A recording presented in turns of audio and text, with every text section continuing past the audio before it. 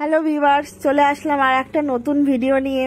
আজকে আমি যে ভিডিওটা করব সেটা হচ্ছে আমাদের দাদার ছেলে মানে আমার ভাইপো, তার জল চাখানোর জন্য আমরা পেঁচুপাচি তলায় গিয়েছিলাম। তো এই ছোট হাতিতে করে আমরা সবাই সপরিবারে মিলে যাচ্ছি আনন্দ করতে করতে।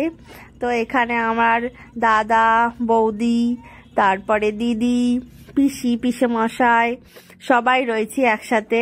সবাই যাচ্ছিলাম গাড়ি করে, খুব আনন্দ লাগছিল। আমরা একসাথে সবাই, কেউ বসেছিলাম, কেউ দাঁড়িয়েছিলাম, কিন্তু কারোরই কোনো কষ্ট হয়নি। সবারই অনেক আনন্দ করে গেছেন।